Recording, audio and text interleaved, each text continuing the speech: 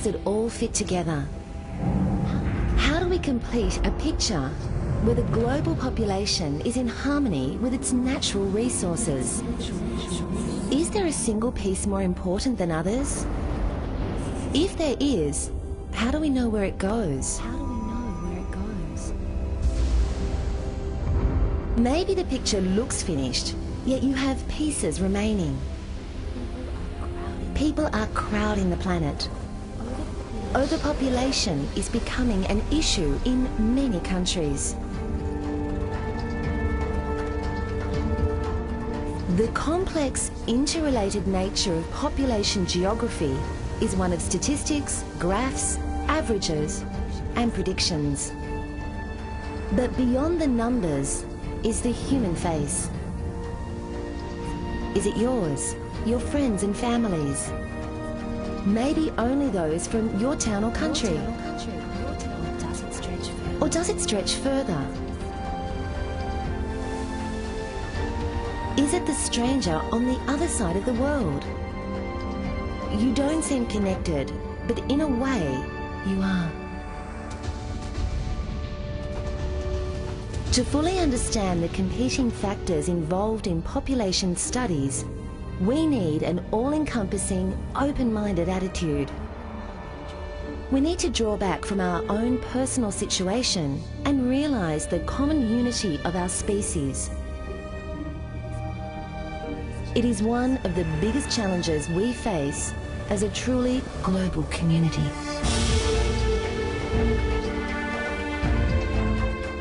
This program will highlight these challenges and the reasons why the study of populations is a vital tool in understanding the world we live in. It will look at the world's current population of over 6 billion. Changes to the population, birth and death rates, and finally, all the pieces of the population puzzle.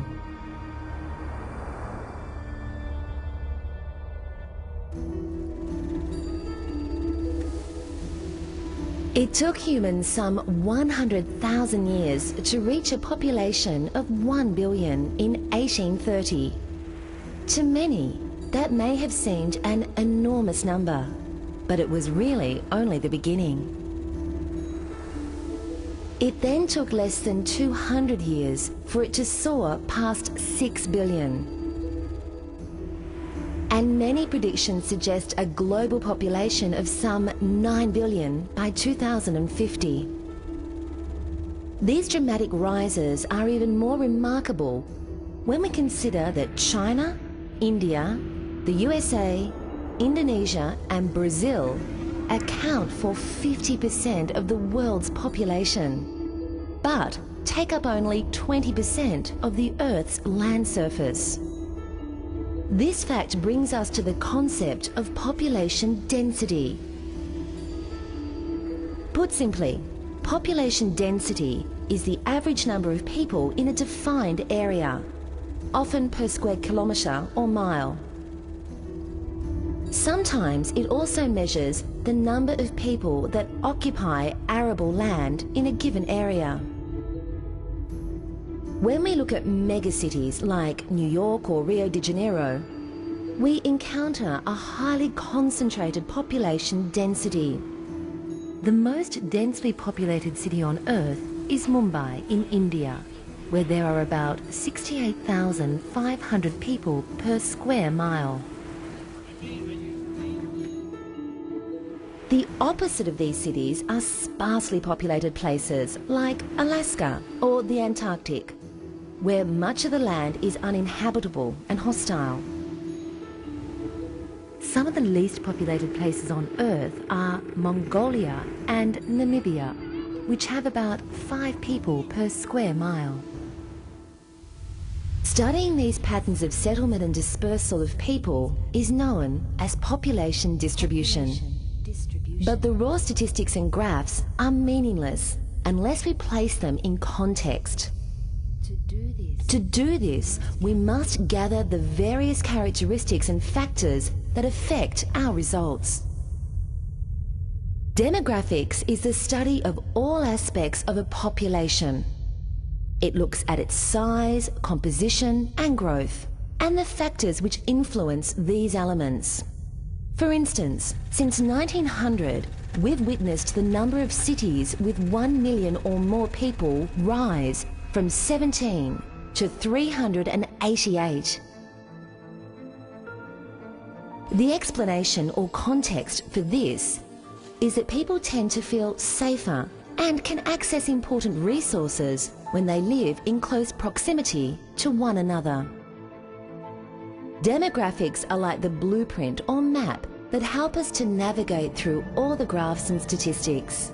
Without them, we're lost. The pieces seem jumbled and don't fit together. Demographics allow us to gain an appreciation for the complexity of population studies.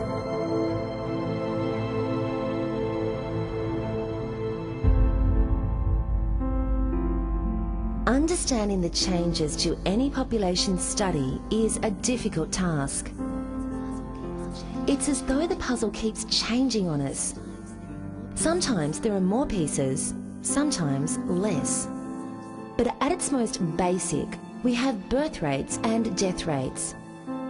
Each is measured per 1,000, and when either outpaces the other, we see fluctuations in overall population numbers. In less economically developed countries, we often see rapid growth in population sizes. Birth rates remain high while death rates decrease, which leads to population growth. This is illustrated by the demographic transition model, which we will look at later in the program. This can create extreme poverty and social unrest as people compete for food, water, fuel, and medical services. The less economically developed countries, which are predominantly found in sub-Saharan Africa and parts of Asia, have endured terrible living conditions over the past 3 decades. The United Nations use economic indicators like income per capita, life expectancy, industrialization, or literacy levels to define the level of development of countries. An increase in the rate of population growth, known as exponential growth, has many scientists predicting even more severe conditions for the future. Already, over 1 billion people live without access to clean water. This number is sure to rise as the Earth's population rises.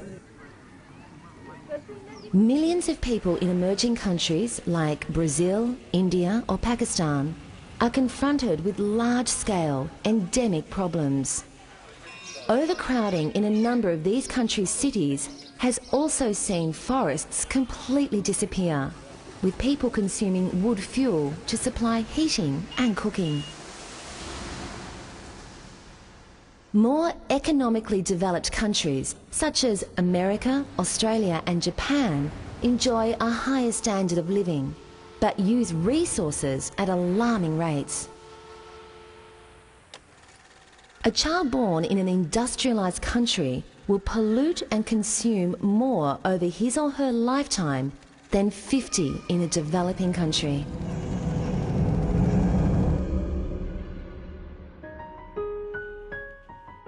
Overall, we could say that changes to a population, usually in the form of an increase, has an effect in 5 main areas. Social, which includes poverty, disease, and war. Economic, which includes lack of education and employment, low incomes, and high inflation. Political, which includes corruption, rigged elections, and military coups. Environmental, which includes depletion of resources, damaged land and ocean ecosystems, and ultimately a slowly dying planet. And technology, which includes new and constant innovation to keep pace with demand. The most pressing issue for population scientists and academics is that we are adding around 80 million extra people to the planet every year. Recent studies have shown that population explosions will place an enormous strain on natural resources. Our activity is outstripping the natural world's ability to cope. In many countries, there is uncontrolled population growth through high birth rates.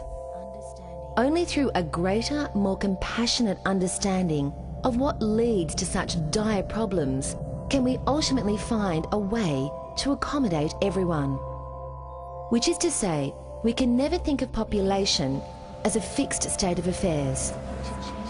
As the picture changes, we need to adapt, to find new ways of dealing with whatever challenges come our way.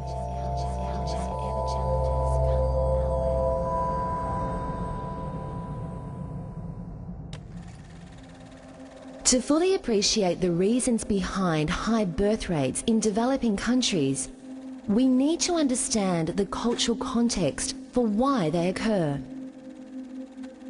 Firstly, birth rates are expressed as the number of births per 1,000 individuals per year.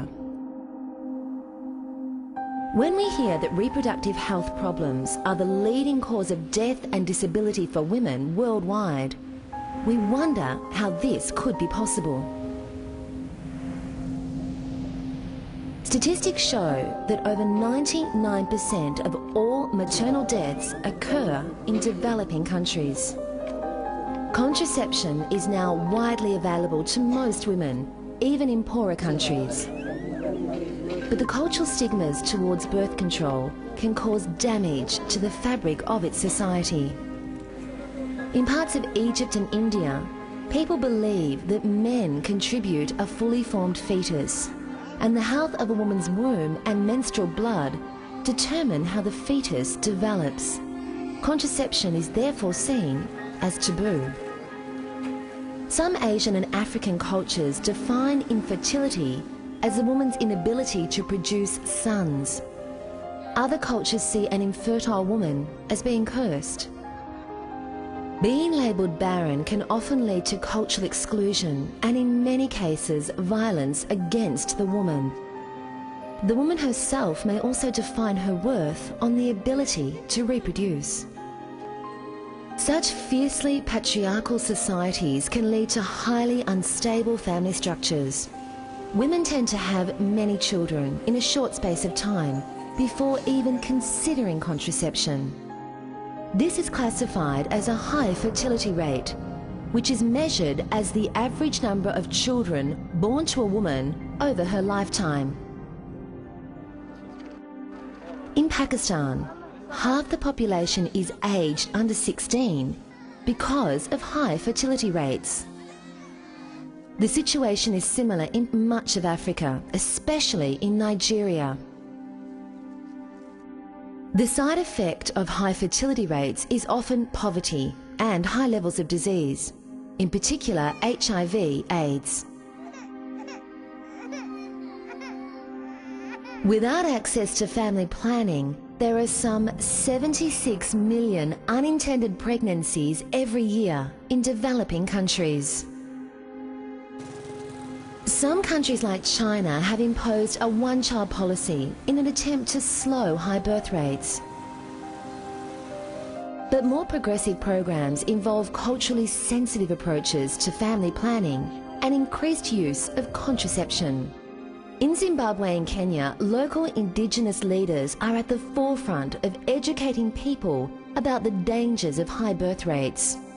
The respect people have for local leaders often leads to real changes in attitudes and behaviour. So is it logical then to assume that low birth rates are the preferred model for a balanced society? In developed countries, women have better access to education and employment. They also tend to marry later in life, live longer, and, in a broader sense, have equal rights. But there are still problems that stem from low birth rates. In the US, Spain, Australia and Japan, an ageing population can slow the economy, as not enough people are entering the workforce to replace retirees. It also places a huge burden on the productive population and creates a high dependency ratio, while also placing pressure on the health sector. You might think of this as the missing pieces to our picture. A low birth rate can see a society lacking in people power, and many governments, like those in Spain, Italy and Australia, have offered incentives to encourage greater levels of reproduction. However, in terms of stability and quality of life, the answer is that lower birth rates are preferred over high. The sheer scale of problems which result from high birth rates is not something many more economically developed countries have experienced for over a century. The baby boom in the 1950s came at a time of great prosperity for Western countries. Overall, it is fair to say that the true story of global populations is also the story of women's healthcare and family planning. Better education and access to health services for women are at the root of reducing high birth rates. It reduces the speed at which our planet fills with people and stops us rushing into poorly conceived solutions. Stable birth rates give us time to solve the puzzle.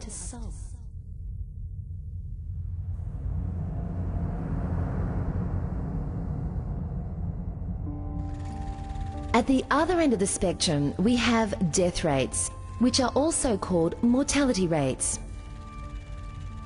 Death rates are typically expressed in the number of deaths per 1,000 individuals per year. Many of the prevailing conditions that lead to high birth rates also lead to lower life expectancy and a higher death rate. Life expectancy is defined as the average expected lifespan of an individual and is most commonly broken into country and gender. The two are integral in gaining an understanding of the factors that confront certain countries and their people. Without adequate access to clean water, food and basic health services, we witness enormous human suffering and a high death rate.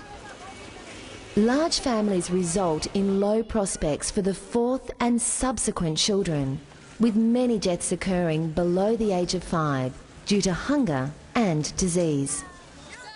In fact, the high birth rates mentioned earlier create a population imbalance called a youth bulge.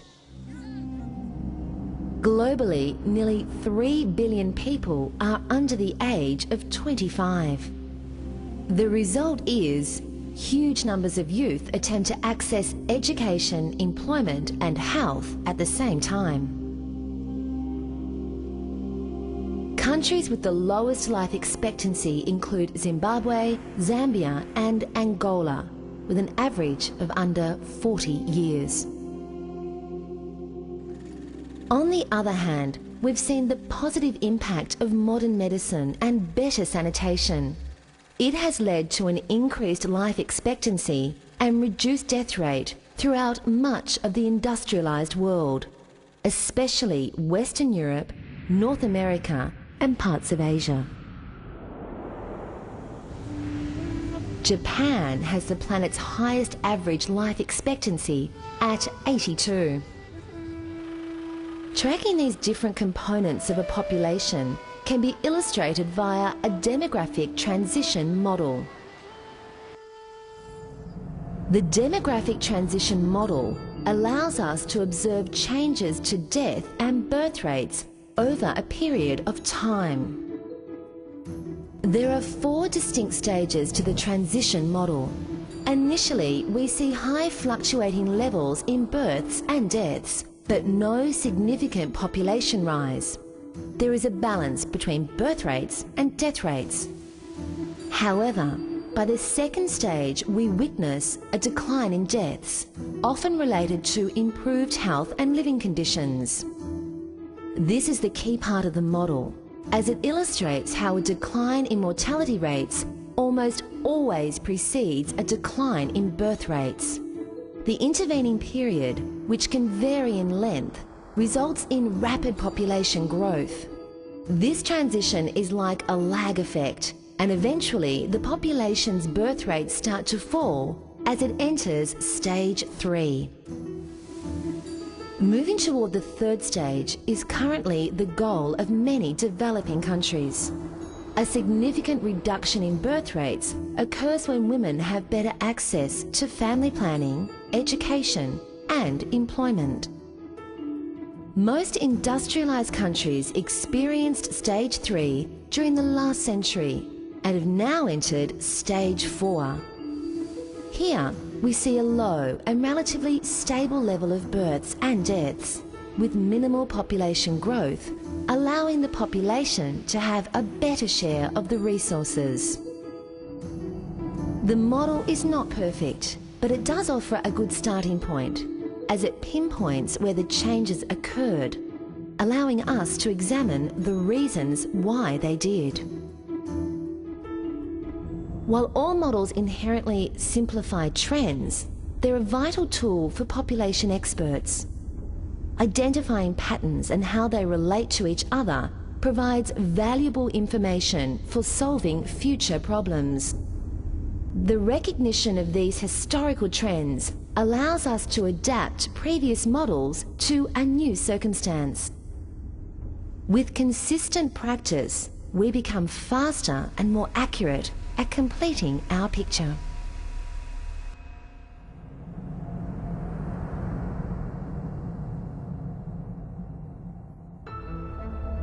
In the end, it is the why that most interests those who study population geography.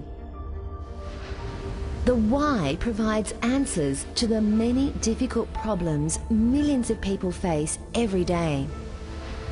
If we understand all the pieces and where they fit, we can then help those most in need. And many pieces affect how a population study looks, including ethnicity, religion, education, natural resources, urban and rural proportions, birth and death rates, migration, age, and gender.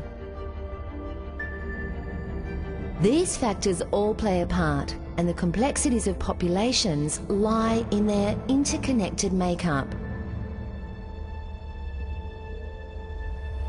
Population pyramids help us to break up certain characteristics and lay them out in a sensible pattern. Focusing on a particular bar, line, or splice of a graph is called a cohort. A cohort is a group of people sharing a common demographic experience.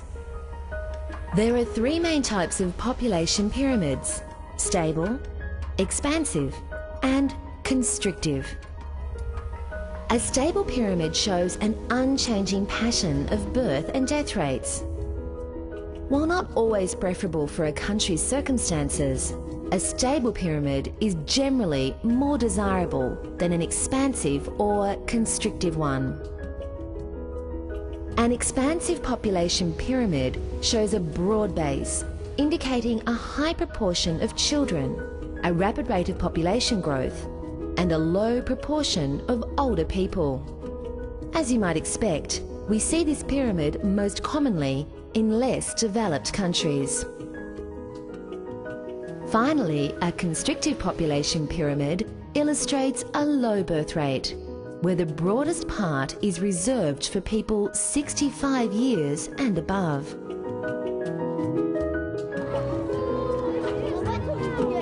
In the end, the single biggest cohort is humanity itself. At times, it is difficult to comprehend the sheer scale of certain populations. 28 million in Tokyo, 18 million in Mexico City and Mumbai, 30 cities of over 1 million people in China alone. Experts predict that by 2030, 5 billion of the world's 8 billion people will live in cities. By 2050, the global population is set to exceed 9 billion. With that many pieces, you might feel like giving up before even getting started. But the sophisticated study of the way in which people procreate, move and live on the Earth is vital in finding the right balance for all people. Realizing the problems we face through overcrowding and diminishing natural resources has placed the onus squarely on the shoulders of technology. Invention, innovation and ingenuity will allow much of the suffering to subside, especially in Africa, the Middle East and parts of Asia. For each of us, however, it might be easier to think not in billions, millions or even thousands, but as members of a local community. The true hope lies in the possibility of change in the way we regard disease, famine, race and war. The responsibility lies in each of our hands. What you do with it is up to you.